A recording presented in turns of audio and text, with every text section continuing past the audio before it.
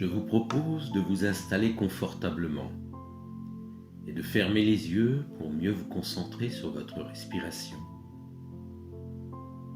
Rassurez-vous, je ne vais pas vous imposer de respirer calmement. En fait, je vous invite juste à trouver le bon rythme. Et peut-être préférez-vous vous concentrer sur vos mains, sur ce qu'elles ressentent à l'instant présent, et oublier ainsi ce que votre inconscient fait naturellement. Car il est un bienfaiteur souhaitant votre bonheur. Il travaille jour et nuit à vous apporter le meilleur. Il est toujours intéressant d'observer la nature, comme un biologiste le fait avec son microscope. On y apprend beaucoup de choses utiles pour soi-même. Et ce qu'on peut retenir, c'est que la vie prend toujours le dessus. Je regardais d'ailleurs l'autre jour des photos d'une ancienne casse aux États-Unis qui était abandonnée. On y voyait le lierre qui avait redécoré des vieilles Chevrolet. Certains arbres avaient continué de pousser à l'intérieur des planchers.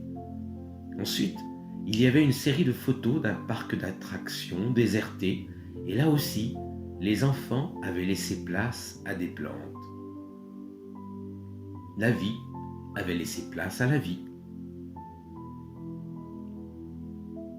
Il existe un grand nombre de reportages qui permettent de comprendre à quel point la vie est une valse à 5 temps. Oui, j'ai bien dit 5 temps.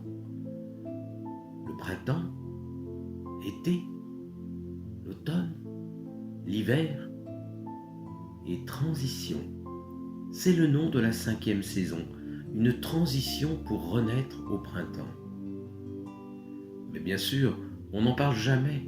On passe du 19 au 20 mars directement, oubliant que cette nuit-là, il se passe quelque chose à un niveau plus profond, cette fameuse transition.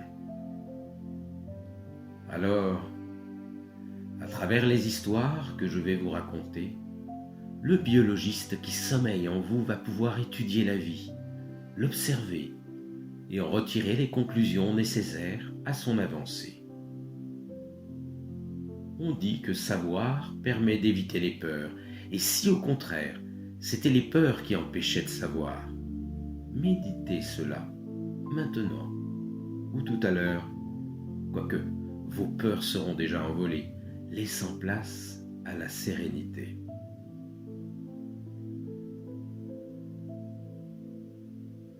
Dans chaque histoire, il y a une passerelle invisible, reliant le héros à votre propre scénario. N'y voyez aucune intention de ma part, c'est à vous de garder le libre arbitre et de choisir de faire un transfert avec ces histoires ou de ne pas les voir comme un miroir. En général, le conscient ne traverse pas facilement, c'est l'inconscient qui le fait aisément, comme s'il était les jambes qui avançaient, entraînant contre leur volonté le reste du corps attaché. Alors, laissez-moi commencer par vous raconter une histoire un peu surprenante et pourtant si réelle. Découvrir que tout continue. Un jour, loin d'ici, un homme de 25 ans vivait tranquillement. Il avait fui la métropole pour venir s'installer en pleine montagne afin d'élever des chèvres. Ses amis l'avaient vite catalogué d'utopiste et même de lâche qui fuyait la vraie vie. Mais lui n'en avait que faire. Il était convaincu que son choix était le bon. Alors bien sûr, au début, ce n'était pas facile de mener seul un troupeau, quand on a été soi-même un mouton pendant si longtemps. Mais sur les conseils des bergers autour de lui, il avait appris et se débrouillait très bien maintenant. Mais voilà qu'un hiver, un virus avait tué ses chèvres, les unes après les autres. Le vétérinaire n'avait pu rien y faire. Et Tous ses rêves étaient partis en fumée avec le dernier souffle de sa dernière chèvre. Qu'allait-il devenir maintenant? Aurait-il le courage de tout recommencer, de retrouver des chèvres et de risquer à nouveau de tout perdre? C'est en parlant avec un vieux berger qu'il réussit à trouver la solution. Celui-ci lui expliqua que la terre tournait et que la vie était un mouvement. La vie n'est que mouvement, que celui qui reste figé par la peur du changement était en réalité déjà mort. Ainsi, ils discutèrent un long moment et le vieux berger lui racontait son propre parcours. Sa vie avait toujours été mouvement, malgré les tempêtes, les maladies, les problèmes d'argent. Ce vieil homme avait toujours marché en avançant. Le jeune berger décida donc d'arrêter de marcher en reculant et commença à changer sa vision des choses. Tout comme ce vieil homme, dorénavant, il accepterait le mouvement de la vie. Il avancerait confiant. Et voilà, l'année d'après, il avait doublé l'effectif de ses chèvres. Ne me demandez pas comment, mais il avait compris l'essentiel. Il y a toujours quelque chose après, à condition d'accepter d'avancer. Je trouve que c'est une belle morale. Jean de La Fontaine aurait pu en faire une fable. Par exemple, le renard et l'après. Le renard, ayant flatté sa vie, en prenant bien soin d'elle, découvrit qu'elle lui réservait une belle surprise parce qu'il avait eu foi en elle.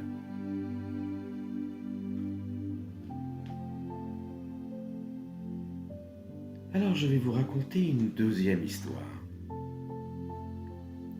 Je ne sais pas si vous vous souvenez des poèmes que nous apprenions à l'école. Moi, je me souviens très bien de Jacques Prévert. Et l'autre jour, justement, je suis tombé sur un texte qui n'était pas de lui, mais d'un autre, et qui n'était pas vraiment un poème, mais bien que comportant des rimes. C'était un texte écrit par un soldat déserteur au reste de son unité. Il écrit : « Mes chers amis, aujourd'hui je m'en vais. Vous m'avez soutenu comme je l'ai fait. Quand la nuit, certains de vous pleuraient, j'étais là pour vous réconforter. Quand une fois la fièvre m'a fait trembler, vous étiez là pour me soigner. Nous avons été une équipe soudée, mais je sais désormais que m'attend une autre destinée. Tous ces combats vous ont renforcé et vous êtes tous devenus des piliers. Je peux partir, l'esprit en paix, je sais que vous en sortirez. Moi, j'ai d'autres vies à expérimenter, sans armes et sans béret. » Alors peut-être que vous ne connaissiez pas ce texte, que je viens d'aller chercher dans le fond de mon imagination, mais si je l'ai inventé, ce n'est pas juste pour vous occuper. En fait, je sais qu'à un degré plus profond, une partie de vous sait qu'elle est un pilier et que les autres en sont devenus aussi, même s'ils sont plus petits ou moins expérimentés.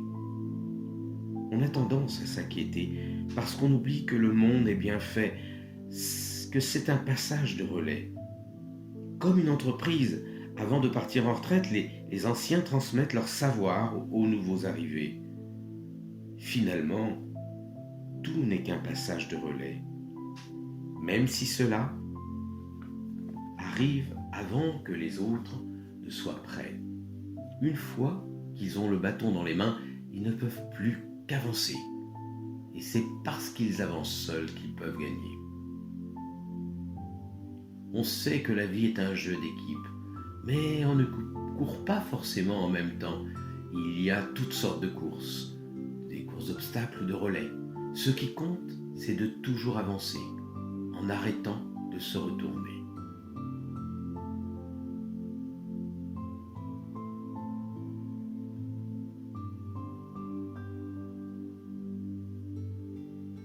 Je vais vous raconter une troisième histoire,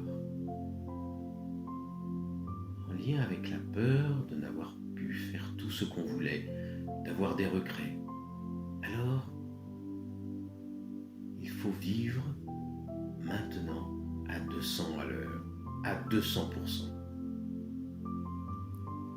Quand j'étais plus jeune, j'avais fait de la place dans mon placard pour y déposer des affaires pour plus tard. Je récupérais de la vaisselle, des draps et tout ce qui aurait pu me servir pour mon futur chez moi. J'avais rebaptisé ce placard le placard du futur. Dans la chambre d'à côté, ma sœur, de 5 ans mon aînée, avait créé son placard du passé. Elle grandissait avec regret. Ne voulant pas renoncer à ses Barbies, ses petits poneys, elle y séquestrait donc tous les jouets, les livres qu'elle avait l'odeur de son passé, qui avaient l'odeur de son passé. Nous étions aux antipodes et cela faisait rire mes parents. Jusqu'à ce qu'Alexandre emménage dans notre rue et nous fasse découvrir ce que c'était que d'avoir un placard du présent. Moi qui me dépêchais toujours pour avoir le temps de tout faire, et ma sœur qui ralentissait toujours pour ne pas regretter le temps d'avant. Nous étions tous les deux dubitatifs. Comment vivre sans s'inquiéter du futur, me demandais-je. Comment faire une croix sur son passé, pensait ma sœur. Nous avions eu notre réponse très vite en côtoyant Alexandre. Il respirait le bonheur. Il trouvait une satisfaction dans chaque instant. Moi qui n'avais pas remarqué la magie des étoiles, j'étais trop pressé de dormir pour être déjà demain, être un peu plus grand, un peu plus autonome, un peu plus libre. Ma sœur, qui elle, voulait encore rester la petite qui vivait dans un monde enfantin, commençait à comprendre tous les intérêts de laisser la ligne de temps se dérouler, comme un rouleau de papier cadeau. Moi, je déballais tout. Elle retenait tout. Et Alexandre découpait juste le bout qu'il lui fallait dans l'instant présent.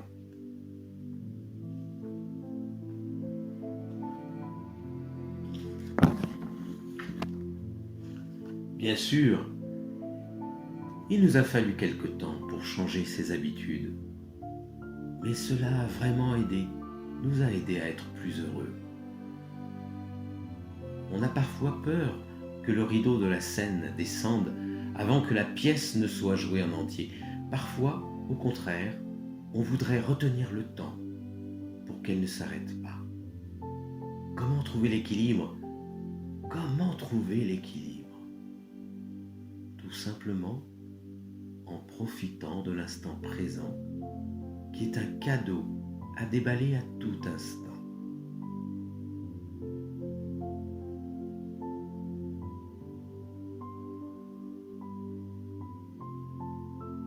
Je vous raconte une 4e histoire. Pouvoir rendre l'inconnu connu.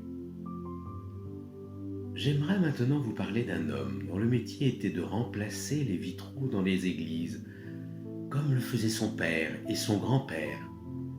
Il aimait beaucoup son métier qui consistait à changer à l'identique ce que le temps avait abîmé. C'est ce qu'il aimait dans la restauration de bâtiments anciens, conserver les choses. L'idée de changer le tétanisait. Il préférait s'accrocher à ce qu'il connaissait, comme une huître à son rocher.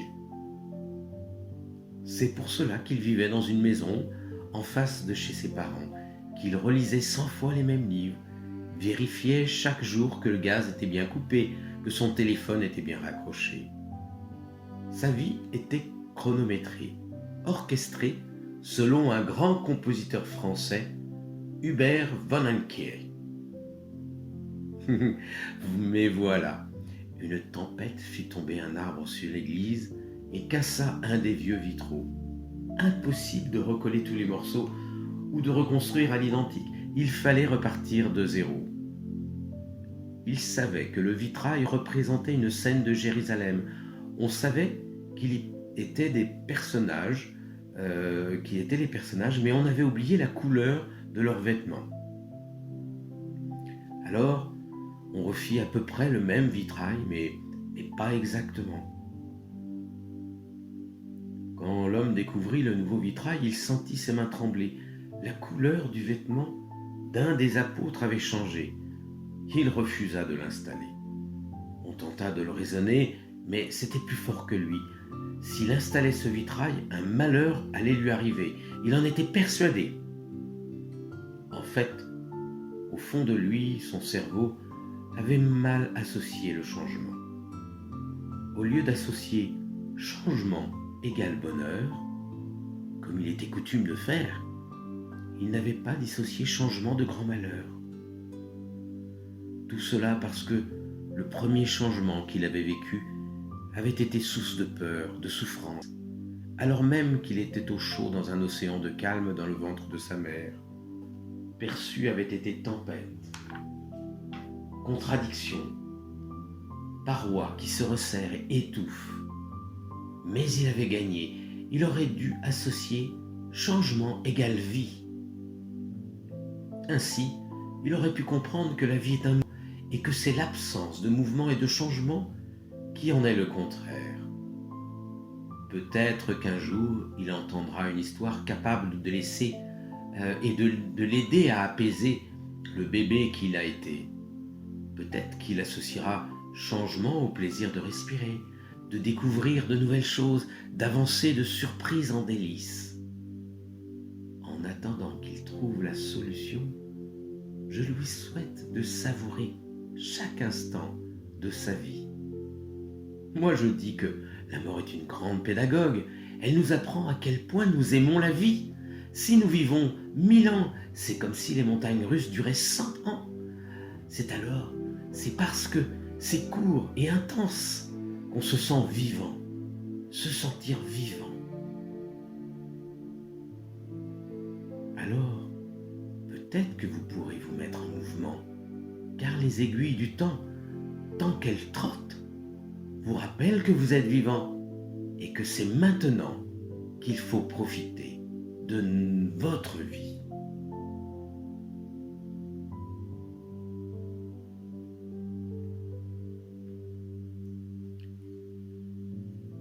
Je vais vous raconter une 5e et dernière histoire pour lâcher prise et se sentir mieux.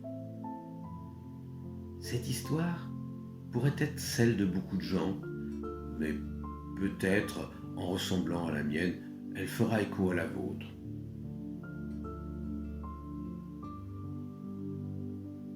Loïc possédait au début une petite entreprise qui fabriquait avec ses 3 employés. Il fournissait tous les petits marchands du coin. Tout le monde était satisfait car les tire-bouchons étaient de qualité et Loïc gérait tout, de la fabrication à la distribution. Il démarchait les clients, il assurait les livraisons, il aidait à la fabrication, il faisait la comptabilité et la gestion. C'était un homme orchestre. Ses tire-bouchons étaient tellement bons que bientôt les grands magasins voulurent se fournir chez lui. Alors, Loïc embaucha 2 nouveaux salariés, fit agrandir les locaux, il travaillait encore plus. Tant de choses à faire, tant de travail à contrôler. Il faut dire qu'il voulait être le meilleur, celui de ses frères et sœurs que son père admirait. Il avait eu une impression de transparence à l'adolescence, qui depuis l'obligeait à se surpasser en permanence, et à tout contrôler pour que tout soit parfait, et que, dans son imaginaire, son père soit satisfait. Il était comme une voiture téléguidée, attachée à un fil du passé qui le dirigeait. Mais un matin, le corps de Loïc refusa de fonctionner. Il était allongé dans son lit, paralysé, tétanisé. Sa femme appela d'urgence les pompiers qui l'amenèrent à l'hôpital, où il resta quelques mois. Pendant ce temps, son usine privée de son homme orchestre s'arrêta de fonctionner. Loïc, en croyant tout gérer, avait oublié que c'était lui l'homme clé, la clé de voûte sans laquelle la toiture s'effondrait. Et elle s'effondrait. Le point le plus fragile qui avait cassé. Loïc se remit doucement et rencontra un thérapeute qui lui fit réfléchir et changer. il coupa le cordon qui le téléguidait et décida d'agir pour lui, pour conserver sa vie. Fini les tire-bouchons, il se consacra à sa passion, la restauration de voitures anciennes. Il travaille dorénavant avec des sous-traitants qui assurent la tôlerie, la mécanique et la sellerie. Et lui, il gère tranquillement, il leur fait confiance et tout se passe bien. Et vous savez quoi? Il va même recruter un gérant pour pouvoir laisser maintenant la place à ses envies et vivre sa vie. Et oui, on peut laisser le contrôle à la vie pour pouvoir vivre la sienne, une vie heureuse, sans cordon inutile, passer au sans fil. Vous pouvez, dès aujourd'hui, ou maintenant si vous le souhaitez, décider de larguer les amarres qui vous retiennent au quai du passé pour aller naviguer sur l'océan infini des possibilités que vous offre la vie. Croyez en vous, soyez capitaine de votre vie et voguez sur vos envies. Imaginez-vous d'ici quelque temps, libre et en paix, confortablement ébloui par ce nouvel éclairage de votre vie. Voyez-vous avançant dans la lumière vers une vie librement choisie et laissant aux autres le loisir de vivre ce qu'ils ont envie.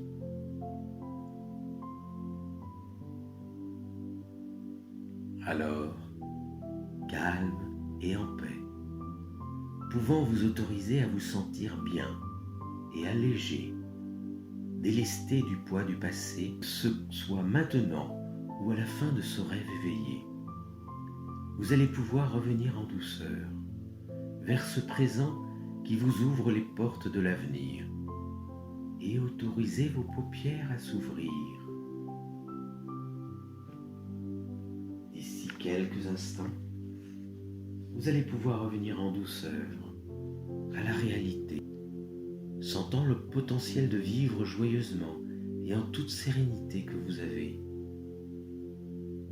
Je ne sais pas si vos paupières vont remuer avant vos pieds, mais prenez le temps qu'il vous faudra pour vous étirer et réouvrir les yeux pour revenir ici et maintenant, dans l'instant présent.